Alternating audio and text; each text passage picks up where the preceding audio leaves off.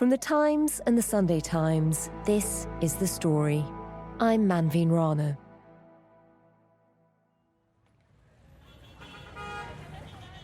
On Wednesday, in a busy, traffic-clogged corner of New York, as world leaders and their motorcades queued to get to the UN, the agenda for the big annual General Assembly was being hijacked by events.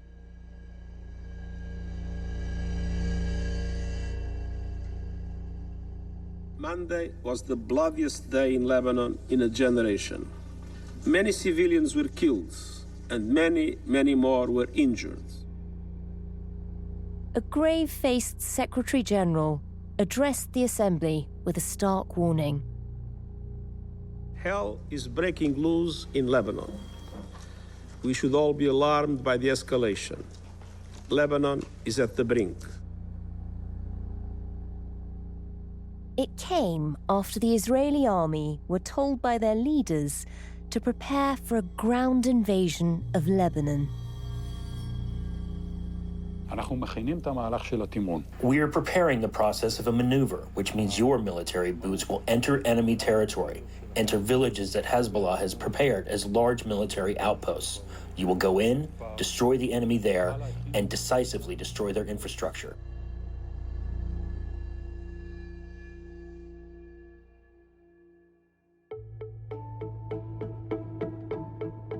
In New York, it led to a night of frenzied negotiations and a show of force as the US, the UK, the EU and several others called for an immediate ceasefire in Lebanon. We put out a statement for a 21-day ceasefire along the Israeli-Lebanese border. We were able to generate significant support from Europe as well as the Arab nations. Important this war not widen. I'll have more to say about it tomorrow. But it appeared to have little impact on Israel. Benjamin Netanyahu put out a statement telling the Israeli Defense Forces to keep fighting with full force. The ceasefire was over before it began. So what happens now?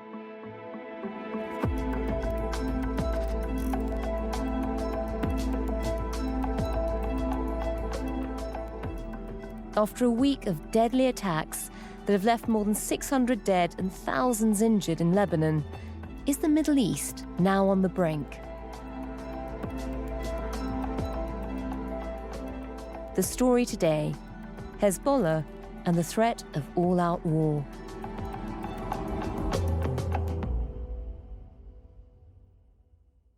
Hi, I'm Oliver Marsden. I'm a journalist working predominantly for The Times, and I'm based here in Beirut, and I've been based in Beirut for about 5 years now. And Oliver, how are things in Beirut at the moment? You know, things are pretty tense. There's been a lot going on over the last sort of 7 or 8 days. There's a real step up in attacks by the Israeli military, and, you know, this then meant that there was this huge displacement of people. According to the International Organization for Migration, 90,000 people were displaced, and they moved northwards up to Beirut. They were coming in their droves. I saw people checking into hotels in downtown Beirut all night, especially on Monday night. They just kept coming, looking exhausted and weary. I believe the Minister of Health has opened 282 schools and other sort of places that have become makeshift shelters, and 40,000 people have moved into those so far. And these airstrikes are still going. I think the Israeli military this morning announced that they carried out another 75 overnight. So it's a kind of tense atmosphere, and everyone's kind of just waiting to see what happens next.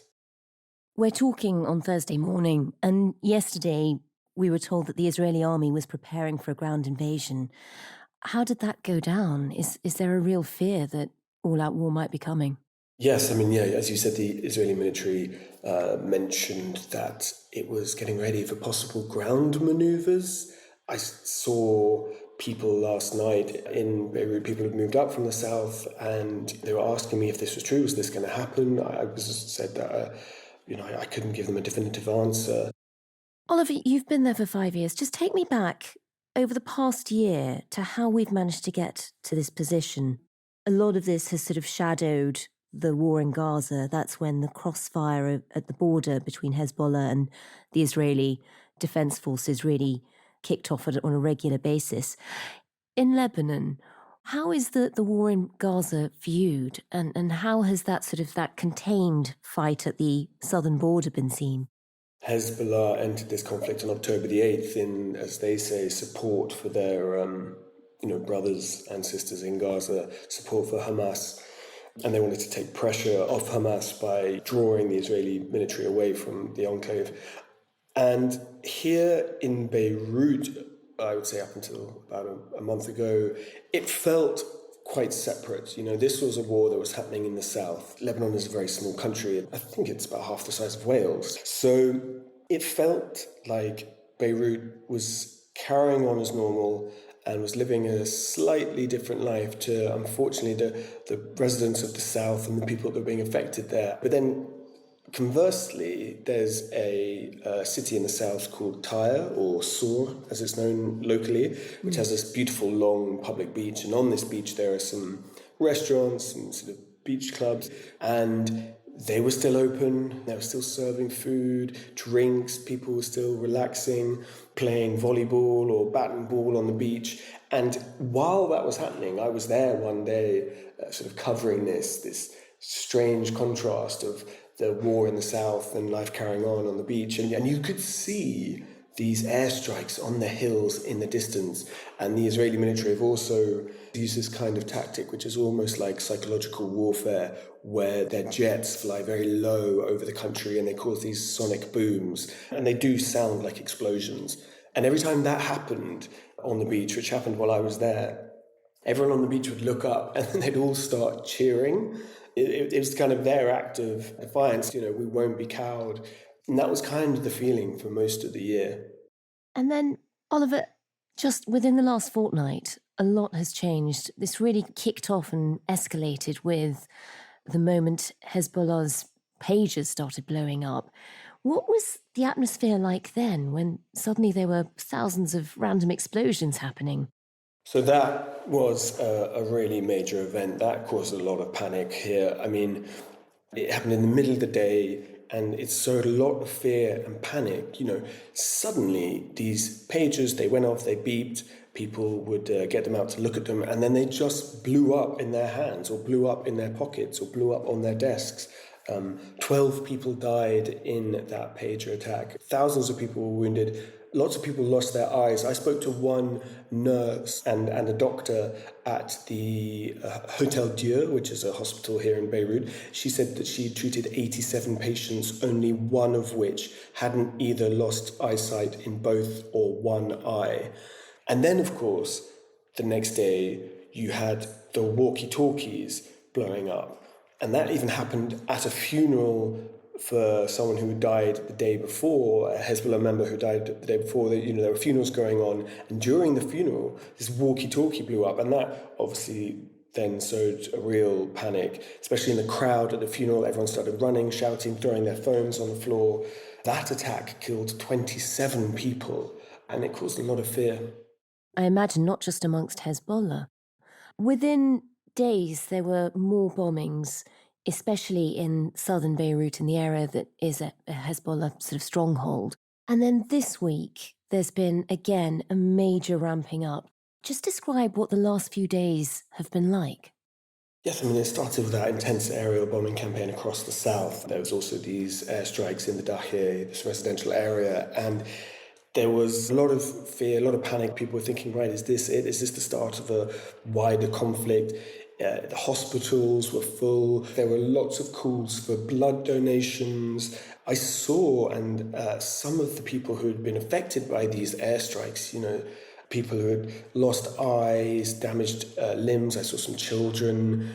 And then I drove around and I went to some of these strike sites, and huge levels of destruction, completely flattened buildings, looked like pancakes, a lot of scorched earth. And then on my way back, on my drive back to Beirut, I saw an airstrike on the hill, on the mountains, like towards Syria, this huge plume of black smoke filling the air. At sunset, it looked very kind of apocalyptic in a way. And so it was a really, really scary, tense few days, and it still is. And now that we've heard the Israeli army has been preparing for a ground invasion, what is the mood like in Beirut? Are people blaming Hezbollah for what's happening, or are they actually winning support over all this? The problem is it depends who you ask in Lebanon.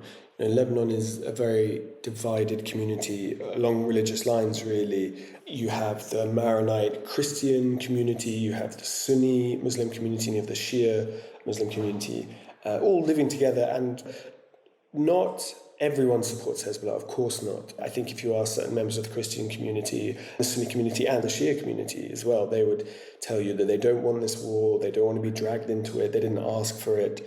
And then again, actually, there are members of the Christian community who support Hezbollah. They see them as a deterrent and a bulwark against the Israeli military coming in and attacking Lebanon, and as they see it, taking more land. I met one man a Christian man who has a Hassan Nasrallah tattoo on his body.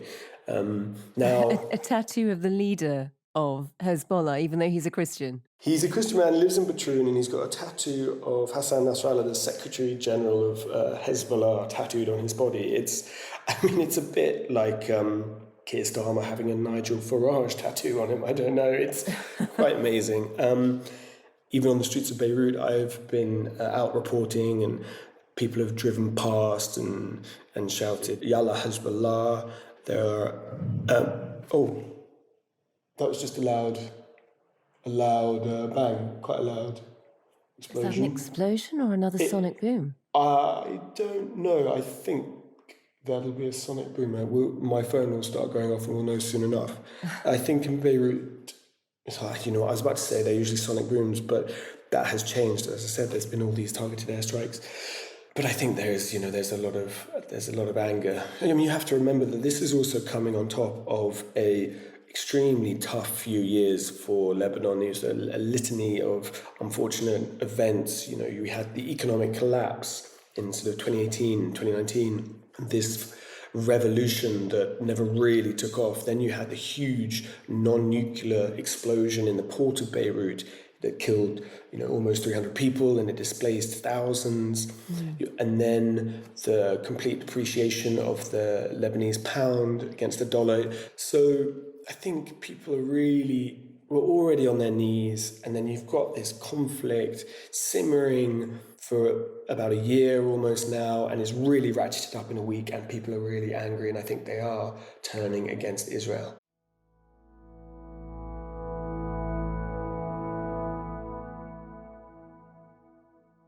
My name is Rami Khouri. I've been a journalist for about 50 years, maybe half of them in Lebanon, and the other half in Jordan and other places. And I now live in the United States, busier than ever writing and doing work related to the Gaza situation, and now Lebanon, of course. And Rami, for people who don't know the country, just describe what Lebanon is like and what it's been like over the last few years. This is a country that's blessed and cursed. It's blessed for having such wonderful people, natural resources, a beautiful location on the sea and the mountains. But it's cursed because it's never been able to develop a really stable, productive, equitable political governance system.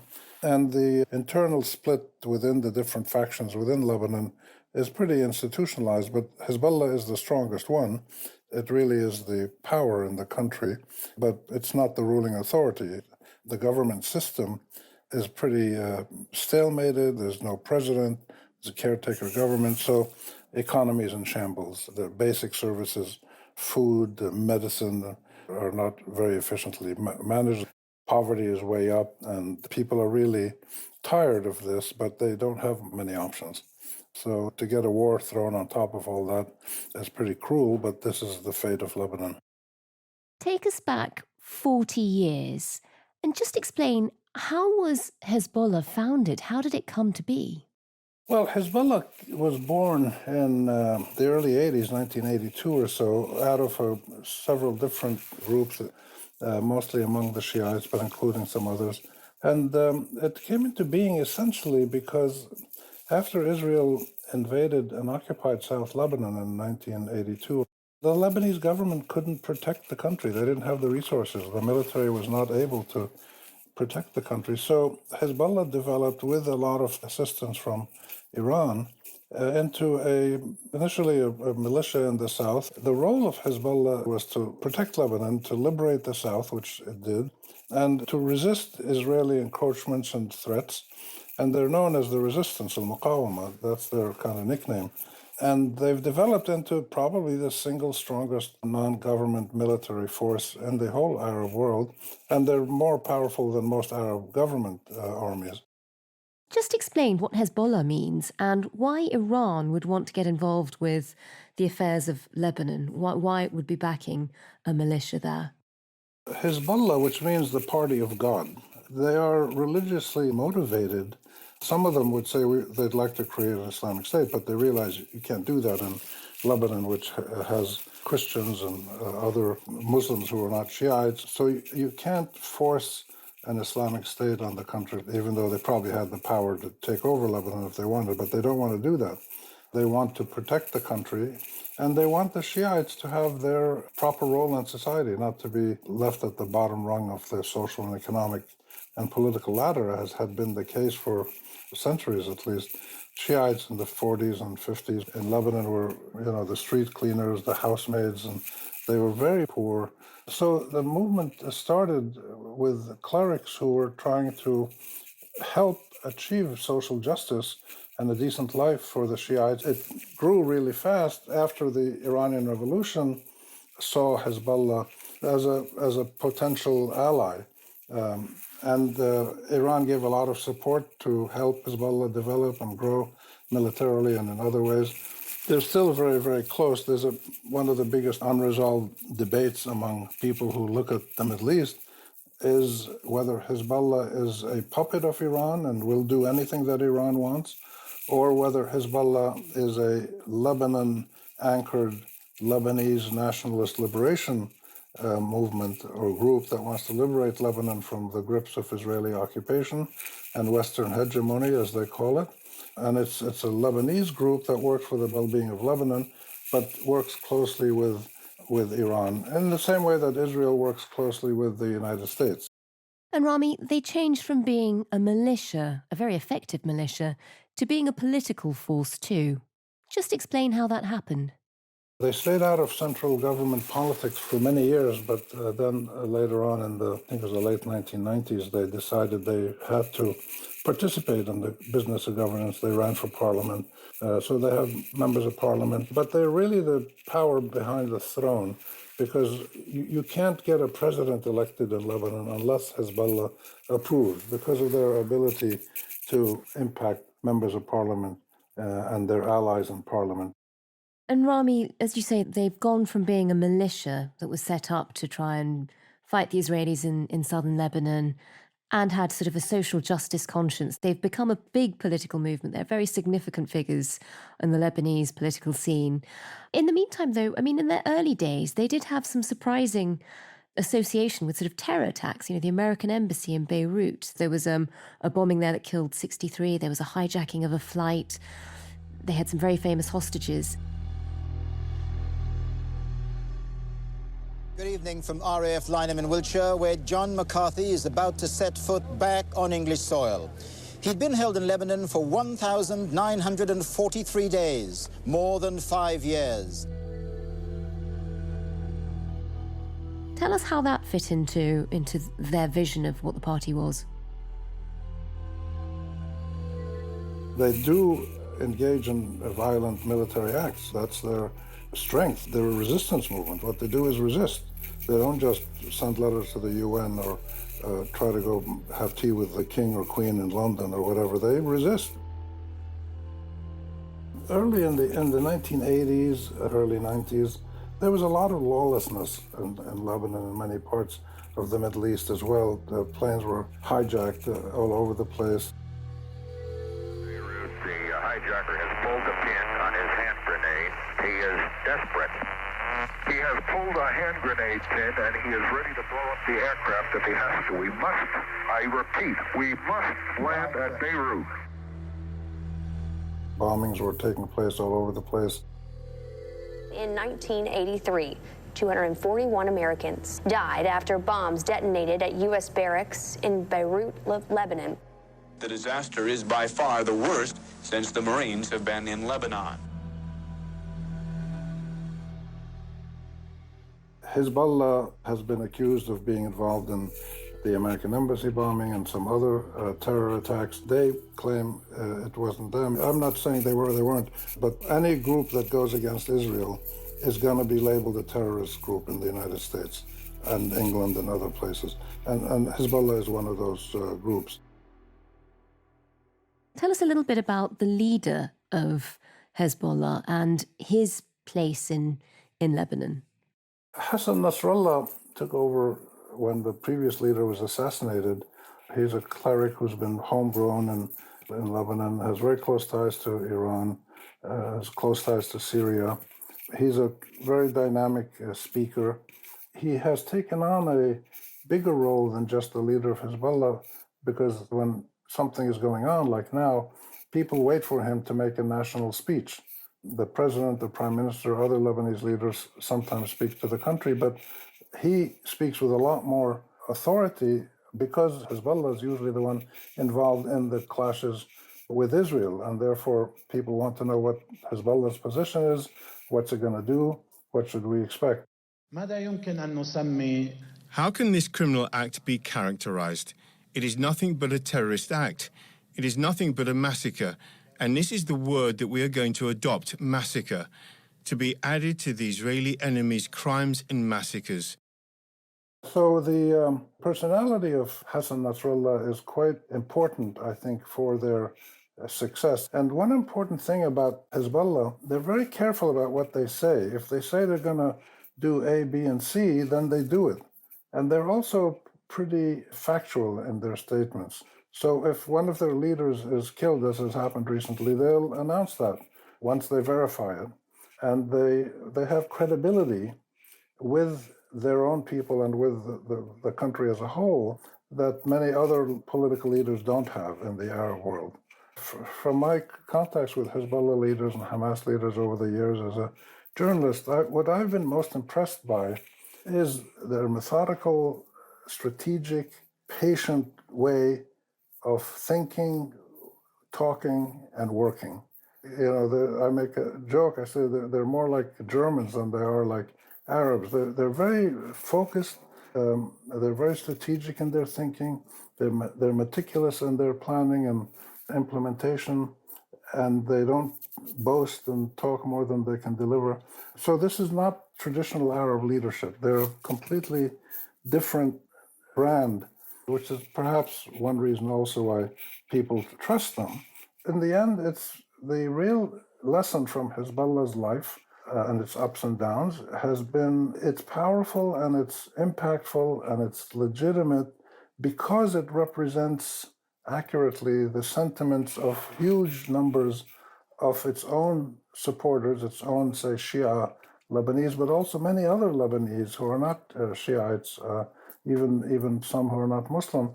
The ordinary citizens in the Arab world have rarely seen their views, their sentiments, their aspirations, their complaints, their emotions, have rarely seen these reflected in either the rhetoric or the actual work of their national political leaders.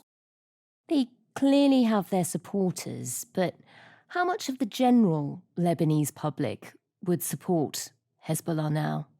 Their political involvement in the Lebanese government now gives them essentially a veto over any major decision, and they don't hesitate to use it, and therefore sometimes you get situations like now where there's no president because they can't agree. This creates resentment among many Lebanese, and many Lebanese don't like Hezbollah being so close to Iran. Some of the Lebanese who don't like Hezbollah refer to them as the Persians. It's a derogatory way to say they're really Iranian agents rather than protectors of Lebanon. They're still very, very close. There's one of the biggest unresolved debates among people who look at the Middle East is whether Hezbollah is a puppet of Iran and will do anything that Iran wants, or whether Hezbollah is a Lebanese group that works for the well-being of Lebanon, but works closely with Iran, in the same way that Israel works closely with the United States. But my guess from having watched the situation close up for many years, I would say roughly half of Lebanon really likes Hezbollah, and the other half doesn't like Hezbollah. Talk us through that, because it does feel like their popularity has changed quite a lot over time. I mean, I remember when I lived in Beirut, you'd get a lot of the Christian community, for example, would stop the moment that the leader of Hezbollah was about to do a speech and listen. What made them more popular with Lebanese people who weren't Shiite? Was it partly Israel? I think it was largely the fact that they actually threw out the Israelis from the south. They got them to withdraw. So a lot of people like it when Hezbollah does protect the country or liberate parts of the country. But they also like it, and people around the region like it, when some Arab group stands up and fights for its rights, because the Arab countries, broadly speaking, have not been able to stand up to Israel or to the Western powers. And most Arab citizens don't have political rights. They don't live in democratic countries. They're economically and socially often very marginalized. A small elite rules most of the Arab countries. So there's a lot of resentment among ordinary citizens around the Arab world for their condition, for their impotent condition. And when some group comes along and pushes back and scores victories, people like that. And when Hezbollah succeeds in doing something, its popularity rises. And when it creates great problems, like in the 2006 war, a lot of people turned against Hezbollah because they thought that this destruction of Lebanon that Israel rained down on the country was caused by Hezbollah, kidnapping some Israeli soldiers. So people don't like it when a group like Hezbollah can, on its own, initiate a war that causes massive suffering throughout the country. And we may be seeing that again now. So we just have to wait and see how this plays itself out.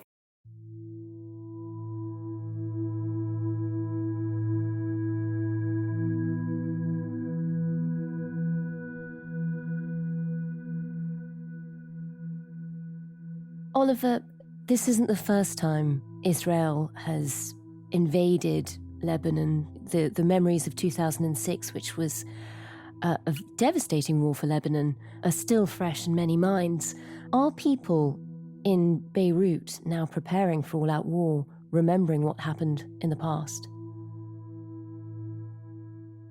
Yes, 2006 was quite devastating. It was kind of almost a siege of Beirut as well. They bombed the airport, they bombed the bridges to the south and to the north, and it was quite an intense aerial campaign. This, I have to admit, feels slightly different. Will they bomb the airport, for example? I actually don't think they will. I think this will be slightly different, but people are hunkering down. People have been stocking up on water, they've been stocking up on food, petrol, they bought generators. I myself, when this was looking really, really bad, I went out and spent hundreds of dollars on bottled water, on cans of tuna, protein bars, batteries, head torches, candles, matches, everything that you could think you might need to hunker down. And so, I think people are stockpiling, people are getting worried, but also, they're moving out of Beirut, they're getting there, so maybe their holiday homes in the mountains or up in the north, they're going to move in there or move in with friends. The British government is advising British citizens to leave. Will you? No, is the short answer. It's the job. I'm here to report on what happens. I'm here to tell, hopefully you, your listeners, and the readers of the Times, what is happening on the ground, what the feeling is like, and especially how this conflict will affect everyday people, how it will affect the civilians across Lebanon and here in Beirut. Good luck with it.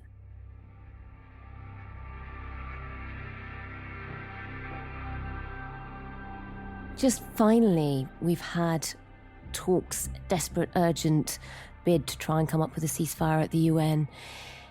Can anything or anyone avert war in Lebanon now?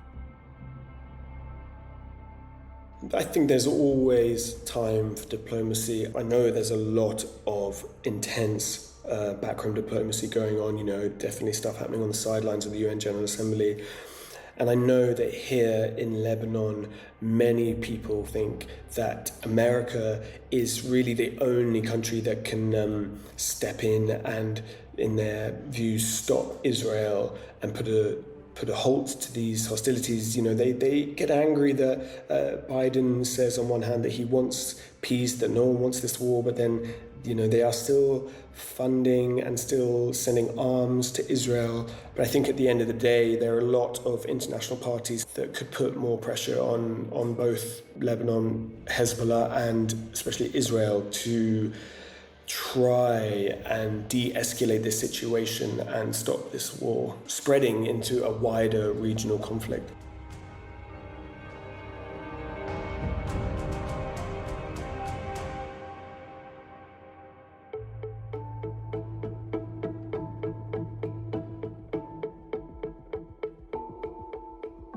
That was Oliver Marsden reporting for The Times in Beirut, and Rami Khouri, a veteran journalist in the region. For more coverage of all the latest in the Middle East, do check our live pages at thetimes.com or tune in to Times Radio. The producer today was Olivia Case, the executive producer was Kate Ford, and sound design and theme music were by Mal Lassetto. Thanks for listening. We'll be back soon.